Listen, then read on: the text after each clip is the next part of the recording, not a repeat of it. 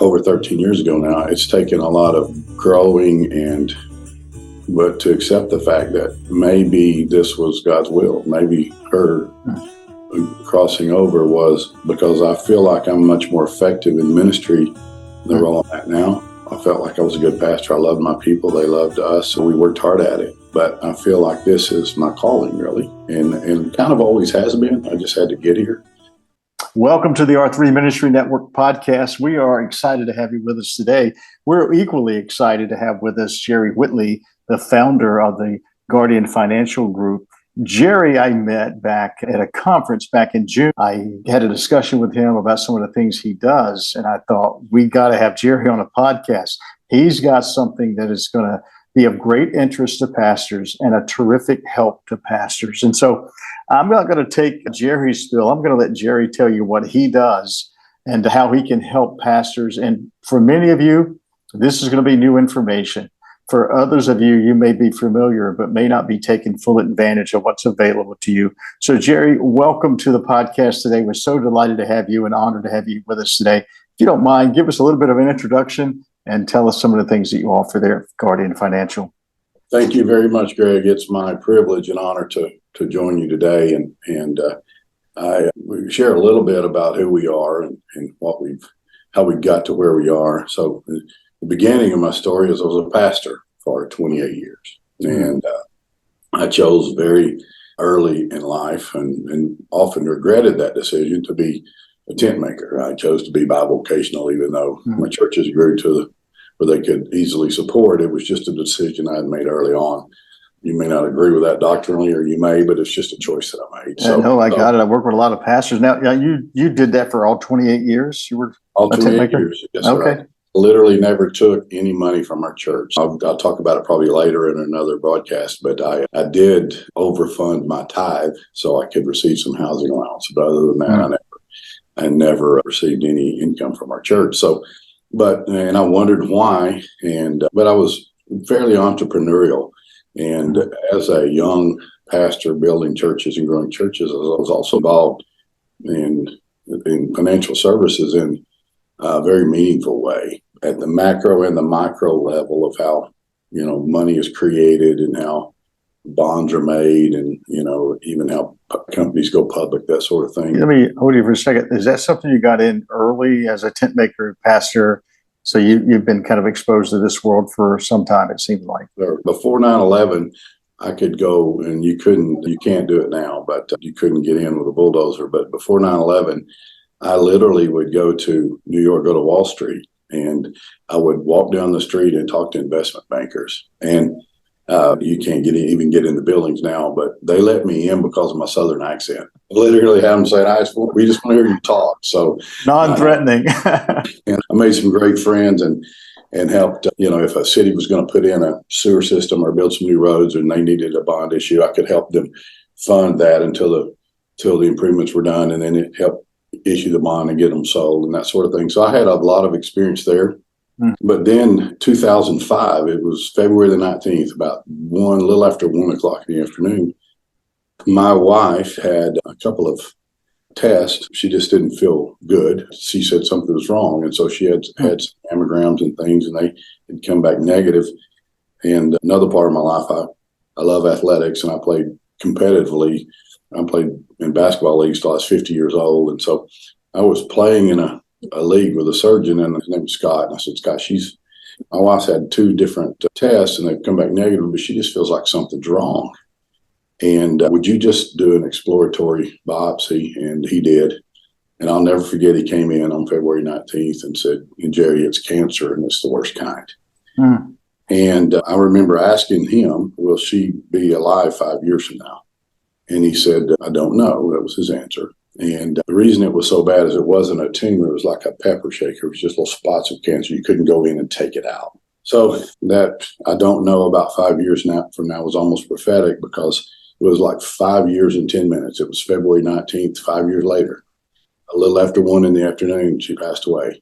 Sitting in my lap in our living room with my sons holding her hand. And we had worked together building churches. Both the churches we built, we started. The first church we started, there were 3 people, me and her and our 3-month-old. And then the second church, there were 6, and we grew a couple of fairly large churches. So God blessed us there, but I just didn't want to, it was just tough on me. And I went through a season where I still tried to pastor, but I didn't want to. But and so finally, when I started dating and got remarried and left the pulpit, I still felt a calling in my life. Now, pastor was my name. You could go to the town I pastored in for the last 18 years of ministry, and I could go to Walmart today, and that's been many years ago. Someone's going to call me pastor. That was my identity. So to lose that identity was very tough. But I began to manage, so I'd worked kind of on the macro level, but I began to manage a retirement planning firm. It mostly dealt with educators in the 403B space, and became fast friends with an executive of a large denomination. We met by accident. He's a guy that's a kind of an amateur archaeologist and was hunting for some native artifacts and had a little farm on the river, and that's how we met. And we just became fast friends. He became that counselor, almost a father figure to me for a while in my life. And I was sharing with him one day what we were doing with educators in our financial practice planning firm. I didn't own it, I managed it. And he literally put his hand over my hand and said, "Jerry, you need to be doing that for pastors." And it was just like that similar lightning strike. And I said, "Yes, sir, I do." And he said, "Can you?" And I said, "Yes, sir. I understand 403B. I understand.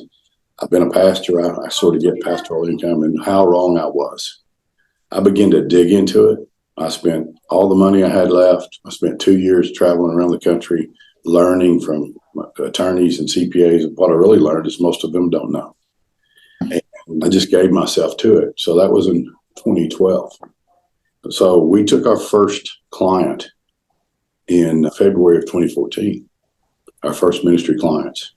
And that year we did about $6 million in retirement planning for pastors. And this year we'll do maybe 150 to 200 million. And I've got a network of financial advisors across the country, CPAs, certified financial planners, investment advisors, insurance professionals. We just built a network. And so it's been an amazing ride. And now we have ministered to thousands and thousands of pastors. I speak at conventions all over the country. Actually, I've become quite a journey. Yes, quite a journey. Yes, sir. We started cold calling little bitty churches in southern Arkansas. And that's just stopping and knocking on doors and see if anyone was there. That's where we started. And now it's, God's really blessed us. And so that's a little bit of the story. Well, that's a great story. I didn't realize that. Thanks for sharing that too. I really appreciate that background. I didn't realize I was going to grab the emotional side of things. You had me right from the go. And I appreciate your faithfulness and your wife's faithfulness in starting churches and reaching your community and the world for the gospel of Jesus Christ. And, God's plans are always perfect, and his ways are not our ways. So thank you for taking the next journey that God delivered to you in a way that continues to minister in a different way. So talk to us. I would interject this one thing. I do feel like it took a lot of maturity, because that was, over 13 years ago now. It's taken a lot of growing but to accept the fact that maybe this was God's will. Maybe her crossing over was because I feel like I'm much more effective in ministry than the role I'm at now. I felt like I was a good pastor. I loved my people. They loved us, and we worked hard at it. But I feel like this is my calling, really, and kind of always has been. I just had to get here. But, our calling is to help pastors. And what we do in the financial planning circles, we won't take any clients unless they're churches or pastors or they're referred to us. We have some board members of churches and things like that. We're not out seeking, I live in Dallas here, and we're not out doing dinner seminars about retirement planning. We work with churches and pastors, and some of the largest and some of the smallest churches in the country. So, but I feel like it's my calling, and like you commenting on what you said, I think his plans were perfect, and I didn't necessarily agree with them, but I appreciate your honesty with that, and just admitting that transition wasn't exactly on your radar, and the adjustment that you've gone through that. I appreciate your honesty with that. That's very helpful. Yes, sir. And so one thing that we've done is we've become, and I say this, and this is going to sound a little bit coy maybe, but we tell our pastors and employees of churches that don't work with us until we're not here to sell you anything. We're not here to convince you to do anything. We're here to educate you. Mm-hmm. Do not work with us or become a client of ours until you feel like you have no choice, that you've been sort of educated into a corner. And if you're comfortable where you're at after our time together, that's where you should be. But we want to teach you. And really, there's a whole lot of depth behind these three things. But really, we want to teach you how to get paid, how to retire, and how, if, for lack of a better term, how to die without inheriting your spouse. And that sounds pretty simple. But when you look at how a minister is paid, Yep. as opposed to any other profession, Yep. it's totally different. So most CPAs, and I would say a very large portion of CPAs, don't understand ministers. Most tax returns I've reviewed are incorrect. Mm-hmm. It's illegal for us to give tax advice, but it's pretty easy to tell when it's wrong. And we have CPA firms we work with that we've kind of taught, honestly, how to do it. Sounds like, I was going to say, it sounds like you're almost educating CPAs and attorneys as well. All of the time. We get calls from them all the time. And I'll get a call from a pastor CPA, said, well, Jerry, this is wrong. And I said, no, sir, it's not. And let me show you. And he'll call back. And some of those guys have become referral sources where I refer. I have a lady right now, I'm working in Louisville, Kentucky, and sending a lot of pastors to her because I educated her and she's loving it. But so, yeah, we understand the rules. But, when you're working, if I could use the King James Version here a little bit, but housing allowance. Sure. Wheel in the middle of the wheel, and everything a minister does. And in retirement, it's even more important. But while you're working, housing allowance is the foundation of a minister's income. And there's some big reasons for that. And the biggest reasons are it's free of federal and state tax. Mm-hmm. So I say in my seminars, if there's 2 shelves at Walmart and one shelf is selling dollar bills for 75 cents, and the other shelf is selling dollar bills for $1.25, which shelf are you going to buy your dollars at? And that kind of is a kind of a definition of what housing allowance is, because we're able to purchase our home and all the improvements of our home with pre-tax dollars. Mm-hmm. So what does that mean? What is housing allowance? It's everything it takes to operate your home except for clothing and food. And we maybe should do another one of these and just talk about housing allowance for half an hour or an hour. But yeah, and there's 3 rules associated with that. It can't exceed the fair rental value, and you have to have the resolution in place. We spent years perfecting those resolutions, and it cannot exceed the actual expenses. It's the least of those 3 numbers. And so we built worksheets that we give for free to pastors to help them really understand how housing allowance works. But if it's free of federal and state tax, it can be up to 100% of your income if you have the expenses. So some part-time pastors that are clients of ours, literally, their income is federal and state tax free because they're using it as housing allowance, part-time music director, youth pastor or something. So that understanding housing allowance while you're working and what it really is, should I pay my house off or not? We see many pastors, instead of contributing to their retirement plan, they're accelerating their mortgage, and that's a double disaster, really, when you look at the math. That's one of the things. You'll make some documents available for our listeners, and that's one of the topics that we'll dive into as we have future episodes to talk with you about. If you don't mind, Jerry, give us a little bit more about your organization, a little bit about the basics of what you do, but then some things that we can look forward to talking about. I know you had sent me a sheet that we'll make available to our listeners as well, some of the top things that you cover with your organization that would be very helpful for pastors, and hit it at the high spots, and we'll get a little more detail as we look forward to future episodes. So in college, we didn't have the internet, back in the dark ages. So my roommate got his cat ordained through. Seems like the dark ages today. It wasn't even that long ago. So my roommate got his pet cat ordained through the mail. So it was a joke, but so we can call ourselves a minister, but what does the IRS call a minister? I think that's very important. And I think in a lot of churches, people are qualified and don't know they're qualified as a minister. being a minister gives you great tax advantages more than any profession I know while you're working in retirement. In a lot of circumstances, it's like making 30% more money because of the tax advantages. So let me ask one question on that topic. I think many may ask this. To get these benefits, you have to be employed or at least pastoring a church, not a nonprofit or not anything associated with those things. So the answer to that is yes and no. So yes, you can be a part of a nonprofit, and even a chaplain in the U.S. Army can receive housing. Okay. So, but we have a lot of nonprofits, a lot of, we have the largest Christian drug rehab in the world as a client. I mean, they're all over the country and all over the world. We do a lot of we call it a non-steeple church. IRS calls it a QCO or non-QCO. And so churches, they're non-steeple churches. We do a lot of Christian daycare, Christian universities. So, and they can receive the benefits because they are a licensed, credential, ordained minister performing the sacerdotal duties of a minister according to IRS Code 107 and being compensated for that.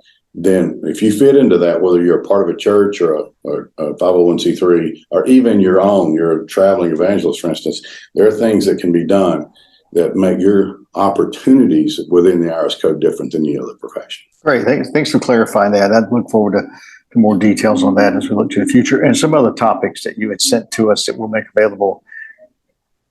Yeah.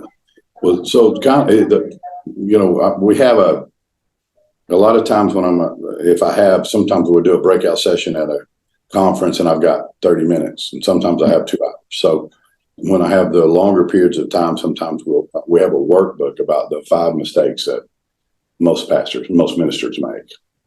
And it also, a lot of it applies to church employees as well. The first thing you have to understand is who is a minister. And my roommate's cat was ordained, but the IRS didn't look at him. I don't even know if it was a he or she at this point. And then is a minister employed or self-employed? And in the vast majority of the cases, a minister is an employee. But there's this term in the IRS code that's sort of unique. It's called dual status. And this is the thing where we see a lot of mistakes. Is a minister is an employee, he gets a W-2 from his church. So the IRS looks at him as an employee, but the Social Security Administration looks at him as self-employed, and that's called dual status. And if you use a payroll company like, I don't want to mention any names, but if you just use a payroll company that's not accustomed to working with ministers, and they're withholding the employer's portion of the Social Security, the FICA, then that makes that housing allowance illegal because a minister has to pay both sides. He has to pay the self-employment tax, the SECA tax, and that's 15.3% in Social Security and Medicare. So we see a lot of times a minister has housing allowance and then a FICA line on his pay stub, and that's illegal. And I see it a lot, more than half the time, in independent congregations especially. And so that needs to be fixed, and we fix that. We don't charge anything to help them solve that, fix that. But because a minister has to pay both sides of his Social Security, you see about maybe a third of the ministers across the country have opted out. A minister has a unique opportunity that other professions don't. He or she can become a conscientious objector to public insurance. What does that mean? Well, it means that you can opt out of Social Security, but you also opt out of Medicare. My experience, and I don't want to offend anybody, but I will in the next statement I'm going to make. It's not my intention. But my experience is most people that opted out of Social Security didn't know they did or didn't know what they were signing. They were just told by a seminary professor or an HR director at a church. And in my experience, that's a disaster. And I've had 65-year-old pastors call me and said, I can't get Medicare. Well, no, you can't. You opted out. Well, I opted out of Social Security. No, you opted out of all. You became a conscientious objector to public insurance. And the real truth is I've never met a real true conscientious objector.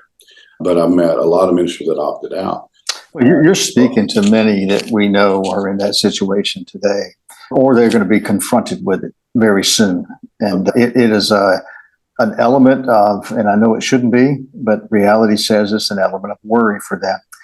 So it'll be a terrific topic when we get to that and expand on that a little bit more.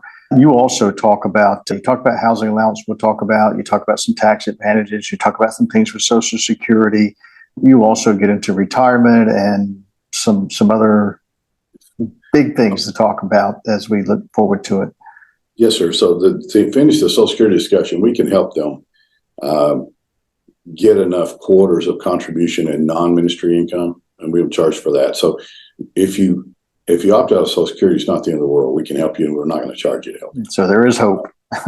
there is a light at the end of the tunnel, and it is not an oncoming train. So we can help with that. So, but yes, sir. But Jerry, just to interject on that, some of the things that we do at R3 is we minister to churches that are in need of revitalization. And what we've discovered, and I'm sure you discovered this long before we did, that a lot of pastors that are in that situation you just described, they opted out of Social Security, then therefore they have, many of them, no retirement, really nothing to fall back on. And at a time in their life that they really would have been better for them, health-wise and other reasons, to transition and continue to minister, just minister in a different way. They stay because of a paycheck that's very much needed. And what we have run into is that church starts to decline. It's an epidemic.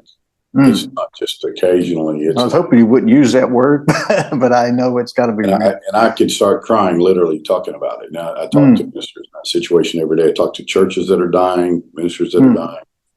I would say that the IRS code is very unique, and there are opportunities. I talked to a 63-year-old pastor in an independent church, a very large church, and the church budget was healthy. And we've met with, many church boards or compensation committees or trustees.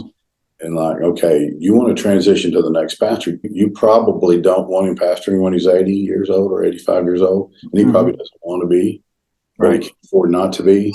So maybe instead of funding another project, maybe the next project we need to fund is our minister's retirement. And because a church retirement plan is so unique and it's a non-ERISA plan, and we can do so many things in that deferred compensation plan we can't do in any other plan that we're aware of in the country. This year, under certain circumstances, a minister could put up to $73,500 per year in his retirement plan. Now, most churches, that's unreasonable, but for some churches, hey, if we're going to transition, I would rather go ahead and, hey, he's given the best years of his life to this church, and I've had church members break down in tears, and our board members in meetings. So we didn't know we weren't, and we don't know what to tell us what to do. We help them there as well. But you just nailed the whole reason I'm doing what I do is what if you lived in a parsonage, you didn't have a retirement plan, and you opted out of Social Security and Medicare? Where are you going to live? Yep. And what are you going to do for healthcare? And so, and I wish that was isolated, but as you have told us, that's not. And you used the word epidemic, and that's a sad word, but it's a real word that we would apply here. Jerry, you've been terrific on this overview, and I got to tell you, we're going to end it today. We're going to wind it down because I really wanted this to be an introduction of what's going to come in the future, and look forward to making each one of these available as we have more interviews, and you can talk more in detail of how you can help pastors and churches around the country. I know that's your heart. It's our heart as well at R3. And so I'm excited that God's connected us. I'm excited of what you're going to be able to do to help pastors that listen to us and that we're connected with in the future that may not be aware of you and may not be aware of these options. So thank you so much for being here today. We look forward to future episodes. I'll make these documents available. I'll make your contact information for your organization available on this podcast and future podcasts as well. Thank you so much for being here. Thank you so much for helping us get the word out, sir. And if we can help anybody anytime, please feel free to. We have a whole staff of folks here in our office. Reach out. We're here to help you. God bless you very much. Terrific. Thank you so much for joining R3 Ministry Network podcast today. Delighted to have a special guest with us, Jerry Whitley of the Guardian Financial Group. Looking forward to future episodes where he's going to tell us some more ways that you can get help financially and have a better idea how to use some tax advantages that work for you. You may not, and likely many are not aware of. Thank you so much, Jerry. God bless you. Thank you to our listeners. Bless you.